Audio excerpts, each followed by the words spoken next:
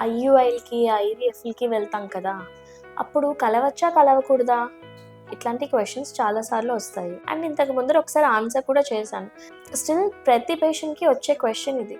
Let us discuss. మీరు న్యాచురల్‌గా కానీ, ఐయుఐ ద్వారా కానీ మీరు ట్రై చేస్తున్నారనుకోండి, ఈ టైంలో కలవండి అని చెప్తాము. ఆ టైంలో మాత్రం ఖచ్చితంగా కలిసేటట్టు చూడండి. అంతేకాని మిగతా టైంలో కలవద్దని కానే కాదు. న్యాచురల్‌గా ట్రై చేస్తున్నాను అనుకోండి, ఎన్నిసార్లు కలిసినా పర్వాలేదు. ఎంత ఎక్కువైతే అంత మంచిది అంతే. ఐయుఐకి వెళ్తున్నాము. చాలా సార్లు ఏమనుకుంటారు, నేను కలవకుండా ఉంటే నా స్పర్మ్ అలాగా హెల్తీగా ఉంటుంది, మంచిగా కౌంట్ అది వాల్యూమ్ పెరుగుతుంది అని అనుకుంటారు. కానీ కాదు. 3 days 2 days గ్యాప్ సరిపోతుంది.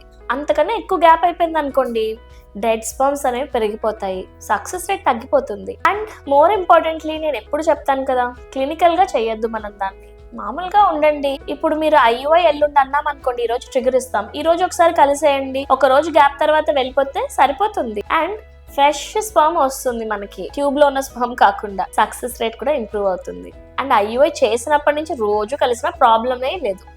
మీరు బెడ్ రెస్ట్లు తీసుకోవాలి, సెలవులు పెట్టుకోవాలని అనుకోకండి. మీరేదో చేస్తున్నారన్నంత మాత్రాన ప్రెగ్నెన్సీ మారిపోదు. ప్రెగ్నెన్సీలో కానీ ఐయుఐ, ఐవీఎఫ్ దేని తర్వాతైనా మనం హ్యాపీగా కదలచ్చు. ఐవీఎఫ్లో డిఫరెంట్ మ్యాటర్ ఎంటైర్లీ.